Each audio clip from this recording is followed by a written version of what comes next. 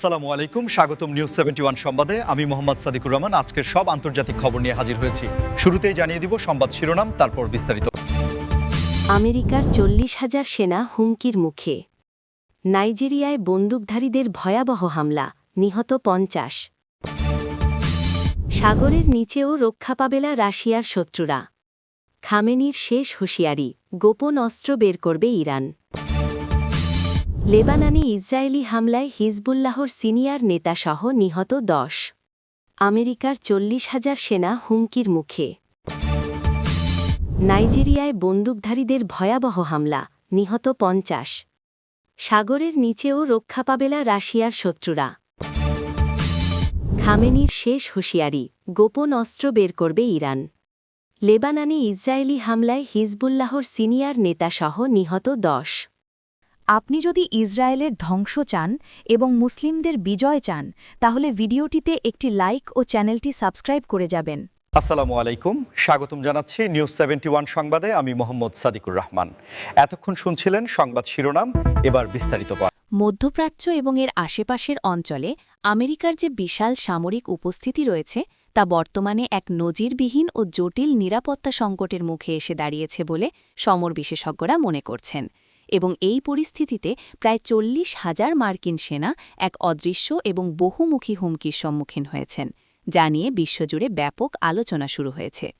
আপনারা জানেন যে বিশ্বজুড়ে শান্তিরক্ষা, কৌশলগত অবস্থান ধরে রাখা এবং মিত্র দেশগুলোকে নিরাপত্তা সহায়তা দেওয়ার জন্য আমেরিকার যুগের পর যুগ ধরে বিভিন্ন দেশে তাদের সামরিক ঘাঁটি স্থাপন করে আসছে। কিন্তু বর্তমান ভূ-রাজনৈতিক প্রেক্ষাপট এবং আধুনিক যুদ্ধকৌশলের অভাবনীয় পরিবর্তনের কারণে এই প্রথাগত সামরিক ঘাঁটিগুলো এখন আগের মতো আর শতভাগ নিরাপদ বলে গণ্য হচ্ছে না। বিশেষ করে মধ্যপ্রাচ্যের বিভিন্ন অঞ্চলে থাকা মার্কিন ঘাঁটিগুলোতে সাম্প্রতিক সময়ে যেভাবে ড্রোন প্রযুক্তি এবং দূরপাল্লার মিসাইল বা রকেটের আনাগোনা বেড়েছে, তা মার্কিন প্রতিরক্ষা দপ্তর পেন্টাগনের জন্য এক বিশাল মাথা ব্যথার কারণ হয়ে দাঁড়িয়েছে। আধুনিক ড্রোন প্রযুক্তি এখন এতটাই সহজলভ্য এবং উন্নত হয়েছে যে খুব ছোট আকারের এবং কম রাডার স্বাক্ষরযুক্ত ড্রোনগুলো সহজেই আকাশ প্রতিরক্ষা ব্যবস্থাকে ফাঁকি দিয়ে ঘাঁটির কাছাকাছি চলে আসতে পারে, যা সেখানে অবস্থানরত হাজার হাজার সেনার জীবনের জন্য এক বড় ঝুঁকি তৈরি করেছে। দর্শক, আপনারা একটু চিন্তা করলেই বুঝতে পারবেন, আগেকার দিনে যুদ্ধ বা আক্রমণ হতো নির্দিষ্ট ফ্রন্টলাইনে, কিন্তু এখনকার দিনে অ্যাসিমেট্রিক ওয়ারফেয়ার বা অসম যুদ্ধের কারণে যে কোনো জায়গা থেকেই অপ্রত্যাশিত আক্রমণ আসতে পারে, যা মোকাবেলা করা প্রচলিত সামরিক বাহিনীর জন্য বেশ কঠিন হয়ে পড়ছে। এই 40,000 সেনার নিরাপত্তা নিশ্চিত করতে আমেরিকাকে এখন তাদের প্যাট্রিয়ট মিসাইল ডিফেন্স সিস্টেম থেকে শুরু করে নানা ধরনের অত্যাধুনিক লাডার এবং ইন্টারসেপ্টর প্রযুক্তি সবসময় সচল রাখতে হচ্ছে, যা একই সাথে অত্যন্ত ব্যয়বহুল এবং লজিস্টিক্যালি চ্যালেঞ্জিং একটি বিষয়। আফ্রিকা মহাদেশের অন্যতম জনবহুল এবং অর্থনৈতিকভাবে সম্ভাবনাময় দেশ নাইজেরিয়া থেকে সম্প্রতি যে গভীর উদ্বেগজনক সংবাদটি এসেছে, তা শুধু ওই দেশের জন্যই নয়, বরং সমগ্র আন্তর্জাতিক সম্প্রদায়ের জন্য একটি বড় সতর্কবার্তা হিসেবে দেখা হচ্ছে। কারণ দেশটিতে অজ্ঞাত সশস্ত্র গোষ্ঠীর হামলায় অন্তত 50 জনের প্রাণহানির যে ঘটনাটি ঘটেছে, তা ওই অঞ্চলের চলমান নিরাপত্তা সংকটের একটি অত্যন্ত করুণ চিত্র আমাদের সামনে তুলে ধরে। নাইজেরিয়ার বিভিন্ন অঞ্চলে, বিশেষ করে দেশটির উত্তরাঞ্চল এবং মধ্যাঞ্চলে বিগত কয়েক বছর ধরে সম্পদ, জমি এবং প্রভাব বিস্তারকে কেন্দ্র করে কৃষক, পশুপালক এবং বিভিন্ন সশস্ত্র গোষ্ঠীর মধ্যে যে দীর্ঘস্থায়ী দ্বন্দ্ব চলে আসছে, এই ঘটনাটি মূলত তারই একটি ধারাবাহিক এবং মর্মান্তিক রূপ। আপনারা হয়তো জানেন যে জলবায়ু পরিবর্তনের কারণে আফ্রিকার ওই অঞ্চলে চাষযোগ্য জমি এবং সুপেয় পানির তীব্র সংকট দেখা দিয়েছে, যার ফলে মানুষের জীবনযাত্রা দিন দিন কঠিন হয়ে পড়ছে, এবং এই প্রাকৃতিক সম্পদের উপর নিয়ন্ত্রণ প্রতিষ্ঠাকে কেন্দ্র করেই মূলত স্থানীয় গোষ্ঠীগুলোর মধ্যে এক ধরনের নীরব লড়াই সবসময় লেগেই থাকে, যা অনেক সময় এমন ভয়ঙ্কর রূপ ধারণ করে। এই ধরনের হামলায় সবচেয়ে বেশি ক্ষতিগ্রস্ত হন নিরীহ সাধারণ মানুষ, যাদের অনেকেই কৃষিকাজ বা ছোটখাটো ব্যবসা করে জীবিকা নির্বাহ করেন, এবং এমন একটি ঘটনার পর পুরো একটি কমিউনিটি বা গ্রাম শুধু যে তাদের স্বজনদের হারায় তা নয়, বরং তাদের ঘরবাড়ি, গবাদি পশু এবং বেঁচে থাকার শেষ সম্বলটুকুও ধ্বংস হয়ে যায়, যা একটি দীর্ঘমেয়াদী মানবিক বিপর্যয়ের সৃষ্টি করে। দর্শক, এই ধরনের খবর সত্যিই আমাদের খুব ব্যথিত করে, কিন্তু একজন সচেতন বিশ্বনাগরিক হিসেবে আমাদের এই ঘটনাগুলোর পেছনের কারণগুলোও গভীরভাবে বোঝা দরকার। নাইজেরিয়া সরকারের তরফ থেকে বারবার বলা হচ্ছে যে তারা পরিস্থিতি নিয়ন্ত্রণে আনতে সামরিক বাহিনী এবং স্থানীয় আইনশৃঙ্খলা রক্ষাকারী বাহিনীর অতিরিক্ত সদস্য মোতায়েন করেছে, কিন্তু দেশটির বিশাল ভৌগোলিক আয়তন, দুর্গম যোগাযোগ ব্যবস্থা এবং নিরাপত্তা বাহিনীর পর্যাপ্ত লজিস্টিক সাপোর্টের অভাবের কারণে এই ধরনের চোরাগোপ্তা হামলা পুরোপুরি বন্ধ করা বেশ কঠিন হয়ে দাঁড়িয়েছে। আধুনিক সামরিক প্রযুক্তি এবং নৌযুদ্ধের কৌশলগত প্রেক্ষাপটে রাশিয়া সম্প্রতি যে ধরনের অভাবনীয় অগ্রগতি সাধন করেছে এবং বিশেষ করে সাগরের তলদেশে তাদের যে সক্ষমতা বৃদ্ধির খবর সামনে আসছে, তা গ্লোবাল ডিফেন্স স্ট্র্যাটেজি বা বিশ্ব প্রতিরক্ষা কৌশলে এক নতুন মাত্রার জন্ম দিয়েছে এবং এটি পশ্চিমা বিশ্বের জন্য এক বড় ভাবনার বিষয় হয়ে দাঁড়িয়েছে।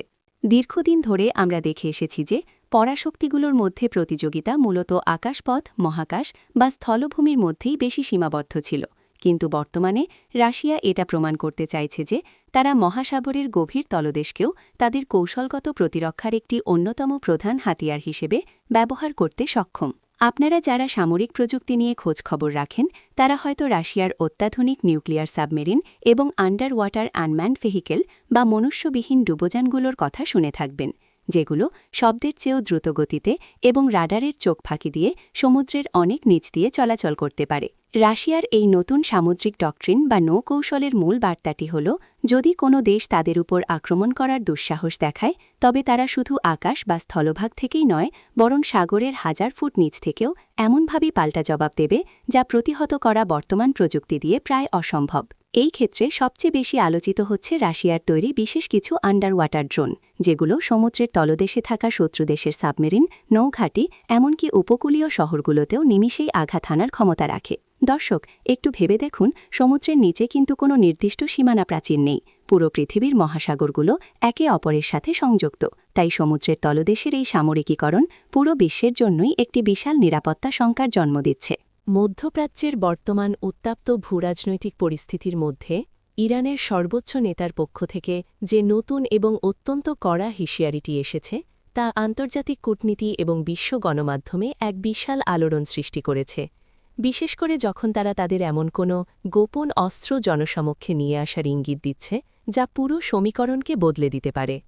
গত কয়েক দশক ধরে ইরান নানা ধরনের আন্তর্জাতিক অর্থনৈতিক নিষেধাজ্ঞা এবং কৌশলগত চাপের মধ্যে দিয়ে যাচ্ছে, কিন্তু এত সব প্রতিবন্ধকতা সত্ত্বেও তারা নিজেদের সামরিক শিল্পকে এমন এক পর্যায়ে নিয়ে গেছে যা অনেক উন্নত দেশের জন্যই এক বিস্ময়ের ব্যাপার।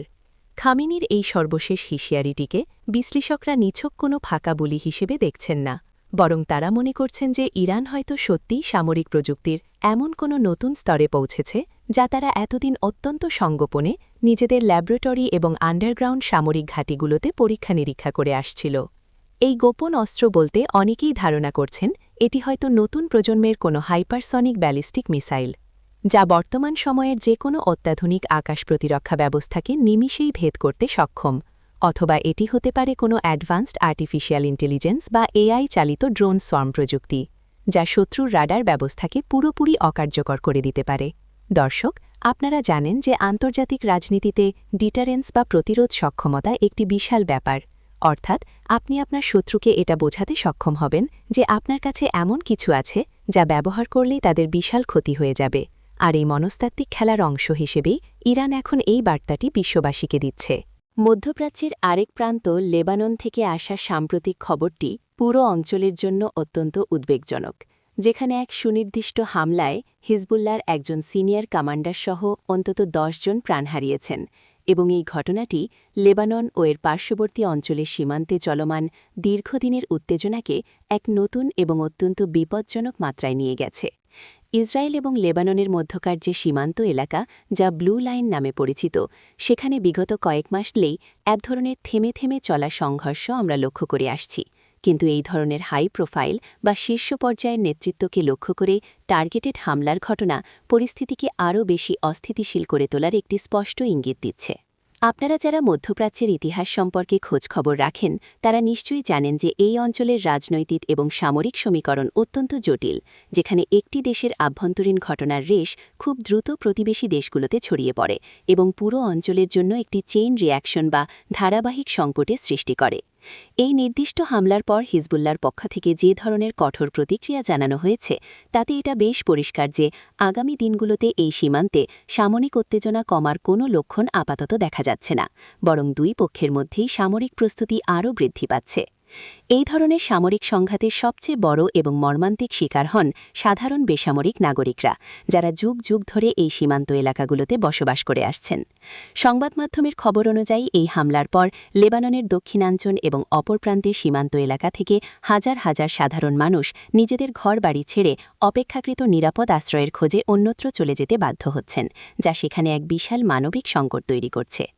দর্শক, শুধু সামরিক দৃষ্টিকোণ থেকে দেখলে এই ঘটনাটি একটি কৌশলগত অপারেশন মনে হতে পারে, কিন্তু এর পেছনের মানবিক ট্র্যাজেডিটি সত্যিই অবর্ণনীয়।